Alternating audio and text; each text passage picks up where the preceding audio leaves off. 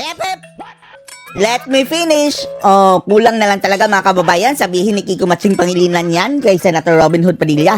Nung in-interpolate niya mga kababayan, si Senator Robin. Dahil layon ni Robin Hood Padilla mga kababayan na amyendahan ang ginawang juvenile justice law nitong si Kiko Pangilinan. Ang taray, in fairness mga kababayan, ang demeanor ni Kiko Pangilinan parang ang taray. Ewan na natin ha, minaliit ba niya si Robin Hood Padilla dahil hindi yan abogado? Abogado ito si Kiko eh. Ay, abogado pala. Pero mga kababayan, parang na-offend siya dahil isang hamak na Robin Hood Padilla lang ang mag-aamyenda sa kanyang ginawang batas. Ang batas sa Juvenile Justice Law mga kababayan na ang sabi ni PRRD ay ang pinakabugok na batas na ginawa ni Kiko Pangilinan mga kababayan dahil nagagamit ito bilang sandatan ng krimen ng mga sindikato gamit ang mga bata. Kaya matindi po ang kanilang sagupaan mga kababayan, panoorin niyo po ha. Ginoong Pangulo, bago po umpisa si Senator. Pero in fairness kay Robin mga kababayan ha, kahit ganyan lang yan siya mga kababayan, respectful talaga si Robin. Hindi bastos mga kababayan. Hindi kagaya ni Tulfo. Senator Kiko, gusto ko lamang po siyang batiin at sana po ang chairman. Binati nga si Kiko mga kababayan dahil ang Committee of Electoral Reform, ewan na natin bakit na di pa kay Kiko. Sa pilitan ba yun? O in-offer talaga ni mga kababayan ni Robin. Gayon pa man, proud si Kiko mga kababayan na kinakuha na niya ang committee ni Robin Hood Padilla. Ang constitutional amendments and revisions. At maraming salamat din sa dating chairman ng Constitutional Amendments Committee. Dating chairman. Masabi na oo, may kakulangan ng batas. Matsing ako. Ngunit mas marami. Let me gesture mga kababayan.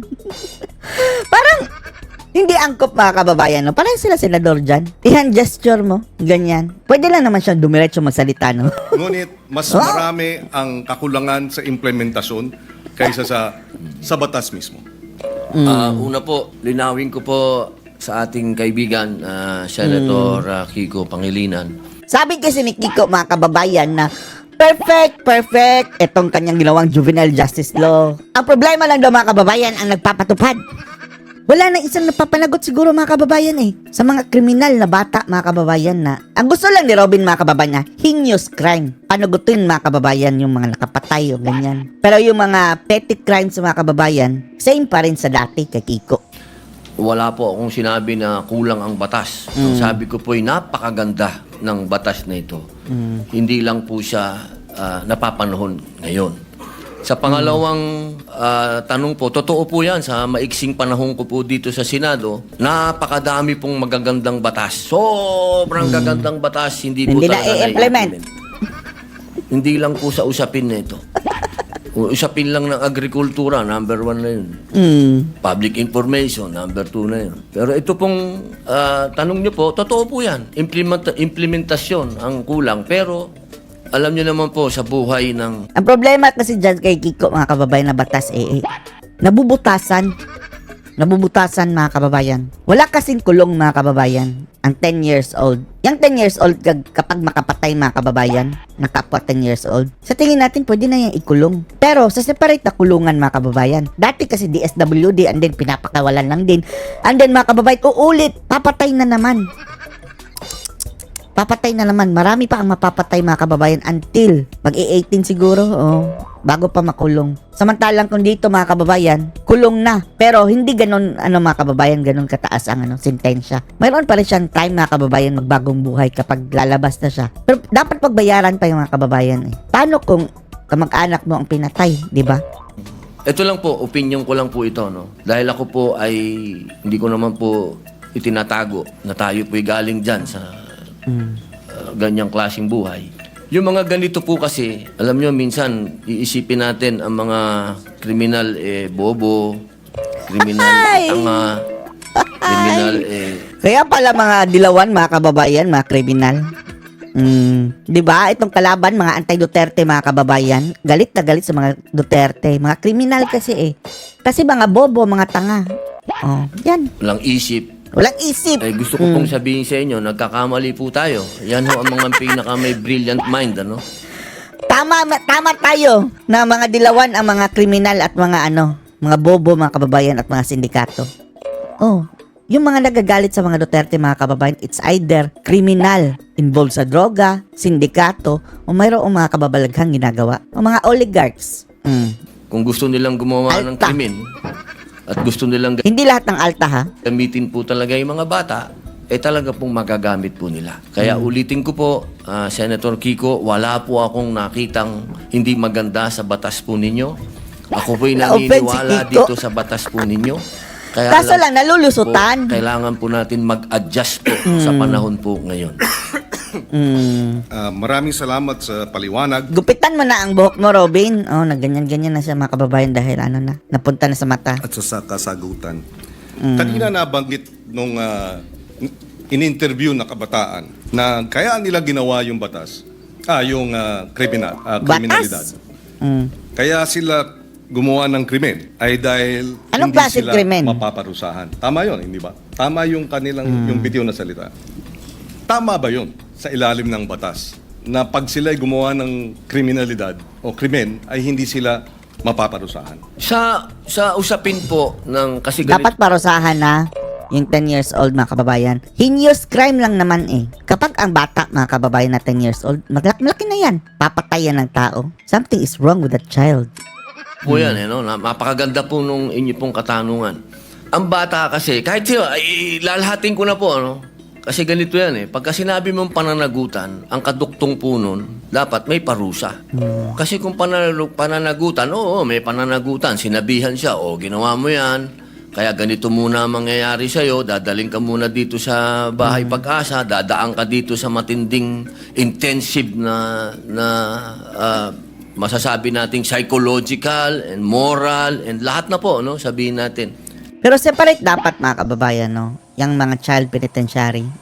Dapat separate. Hindi ihalo, mga kababayan, sa mga matatanda. Alam niyo po, Senator Kiko, sa 3 years and a half ko po sa Bilibid, hindi ko naman po nila lahat, Pero wala na pong pinakamagagaling Bilibid na pala, artista kundi kriminal.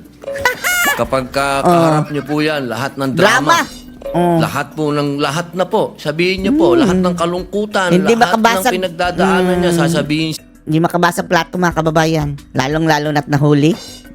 Grabe. Inosente, sa inyo. inosente.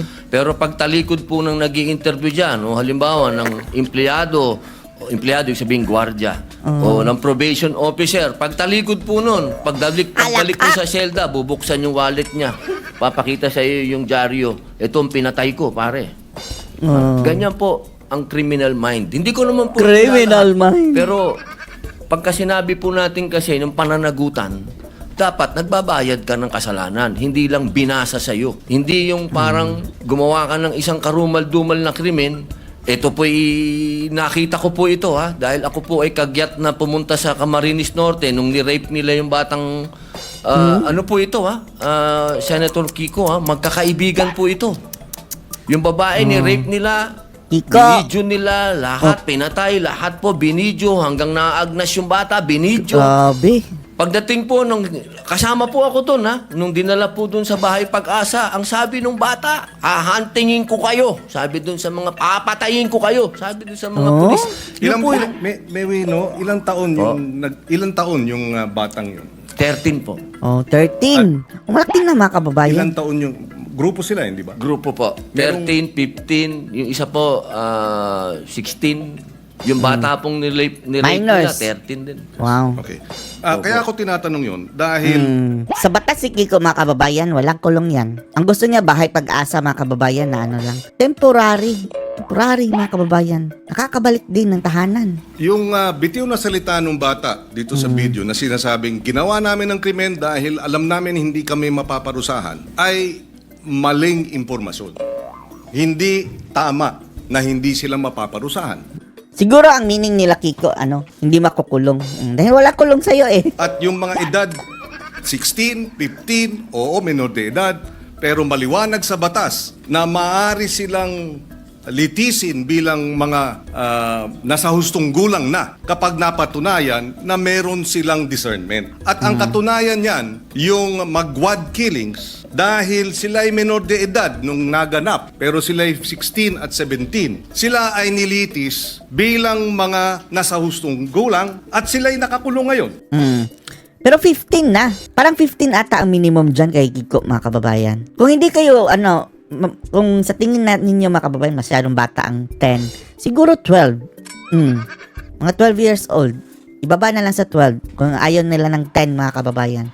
In other words, hindi tama yung sinasabi na dahil menor de edad, hindi pwedeng parusahan. Nalusutan nga, Kiko. Nakakulong dahil 15 years old na. Pero paano yung 13? Walang kulong, mga kababayan. May pananagutan o DSWD, pero for a while lang, mga kababayan. Ibabalik din yan sa magulang. Dahil yung dalawang involved sa magwad killings, pinarusahan. Nakakulong ngayon. Yun ang puntong isa. Lampas 15 na Ayaw nga yan nating mangyari ang mga ito. Dapat lang mabigyan ng hustisya ang mga biktima ng karumal-dumal na krimen na galing sa menor de edad. Subalit hindi tama pag sinabing kapag menor de edad dapat pakawalan, number one, dahil pag pinakawalan yan, labag sa batas yan, at dapat Pinapakawalan, Kiko, dahil walang mga facility. Kulang, mga kababayan, sa facility. Bakit mo hindi finalo up? Nakita mo na pala, kulang sa implementasyon. Bago magpasaiyan ng mga kababayan, magpasa ka ng batas, magpanukala ka muna. Isali mo sa panukala na mag-create ng mga facilities para sa mga batang ito. Hindi lang, sige, dapat ganito. Tapos wala, mga kababayan, hilaw. Hilaw ang mga batas na ganyang mga klaseng diskarte. May may magawa lang batas, mga kababayan. yung mga nagpapakawala ng mga menor de edad na nagkasala. Yan ang batas. Iba ang batas, iba naman ang implementasyon. Yung nagsasabi namang pinakikita yung birth certificate, may pananagutan din ang mga magulang sa ilalim ng batas. At yung mga Ang tanong, Kiko, ilang taon na, dekada na ang nakalipas, mga kababayan, 2006? 2 dekada na. Anong nangyari ngayon? Naaabuso pa rin, mga kababayan. Nalulusutan. Kaya nga, kailangan i-amend. Kung ayaw nyo sa 10 years old, iangat nyo ng konti, 12. And then, accept it, Kiko, na kailangan talagang i-amend yan dahil nalulusutan. Kung ako sa'yo, isuggest mo, nakalakip ng amendment na yan, magpapagawa ng kulungan para sa kabataan. Para hindi sila mahalo sa mga matatanda. Budget na naman yan, mga kababayan. Kunan nyo ang inyong mga budget. May mga pork barrel na kayo. nagsasabing ginagamit ng mga bata, may pananagutan din sa nasabing batas. In fact, ang parusa dun sa mga gumagamit ay yung maximum na maaaring maging parusa dun sa krimen na isinagawa ng mga bata at ginamit ng mga sindikato. Ito'y madaling sabihin. Parusahan yung bata, ginagamit ng mga sindikato. Bakit hindi habulin yung mga sindikato? Kasi mas Hindi naman lahat ng krimen ng bata ay involved ang sindikato. Paano yung pumatay lang talaga ng rape? Kriminal talaga na bata, na tao. madaling parusahan yung bata. Mahirap parusahan yung mga sindikato. Ibang case yan, Kiko, siguro, kapag involved na ang sindikato, ginagamit ang mga bata, talagang yung sindikato ang hahabulin. Hindi lang naman yan ang case Ang pinag-uusapan dito, kapag willfully, yung bata mismo ang mga kababayan gumawa ng krimen by himself. Yan ang pinag-uusapan. Dahil hindi nyo na ikukulong, may mapapatay pa rin yan. Hanggang sa age na pwede siyang kulong, mga kababayan. Awawa, marami pa yung mapapatay. Lalo na kapag nagra-rugby, wala na. Solvent. Dahil yun makapangyarihan. Yung bata, vulnerable. Ginamit na ng mga sindikato. Mali ang iyong Kiko. Mali ang punto mo. Exploited Hindi na. yan ang punto. Biktima na. Dahil ginagamit at kinakasangkapan at mabibiktima ulit ng Estado dahil kailangan silang parusahan at ikulong. Kaya, Sige. Anong sagot mo, Robin? Tulad po ng sinabi ko kanina, wala po akong nakitang hindi maganda po sa batas po na ginawa po ninyo. Sa umpisa pa lang po ng aking talumpati, ay yan na po kagad. Sinabi ko po ay napakaganda.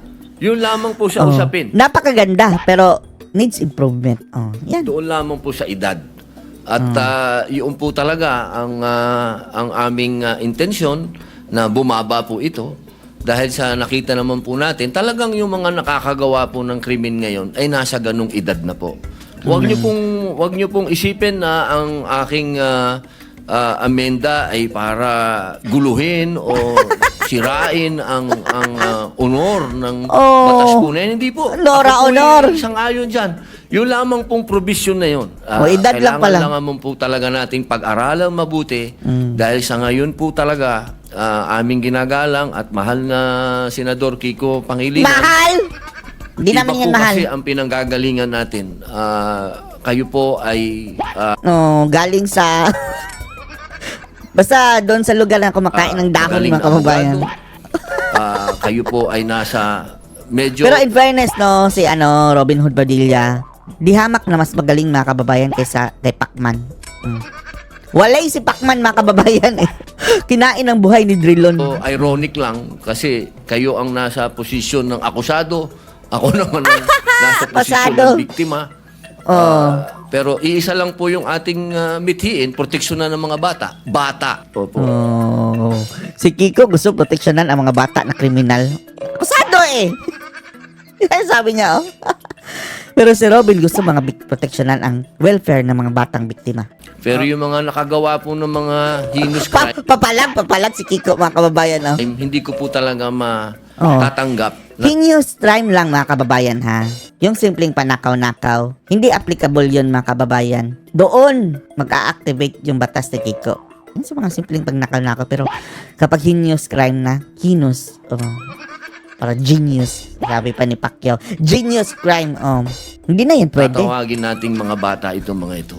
Tama po yan. At kaya nga nakalagay din sa batas, kung sila ay kumilos at magkaroon ng discernment at kumilos na parang mga tulad ng mga nasa hustong gulang na, from 18 to 15, Yan nga ang problema masyado nang matanda yung 15. Paano yung 14, 13, 12? Yan ang nang-aabuso. Kung ayaw mo ng 10, sige 12. Para sa akin mga kababayan, siguro 12 na lang. Yan na yan mga high school na mga kababayan. dapat ditisin bilang mga nasa hustong gulang na. At yung 15 and Pababa. below naman, Oo. pagka serious offenses, Heinous. pwede silang mandatory confinement for a period not less than 1 year. Not less than 1 year. After 1 year, papakawalan, papatay na naman mga kababayan. Yan ang problema. Ching. Match.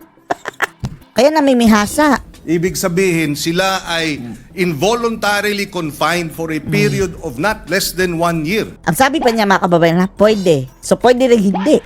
So, hindi tama pag nagkasala ng rape, ng homicide, ang mga Not enough ang 1 year. Kicks. Kapag napatunayan pumatay, not enough ang 1 year. edad na ang edad ay 15 and below, sinasabi ng batas, mandatory confinement of not less than 1 year. Pwedeng maging 2 years, pwedeng maging 3 years. Pero asan? Mostly mga kababayan, napapakawalan dahil andun lang sa bahay pagbabago na mga kababayan. Wala ring magandang facility. Depende sa magiging pasya ng Nababalik. hukom.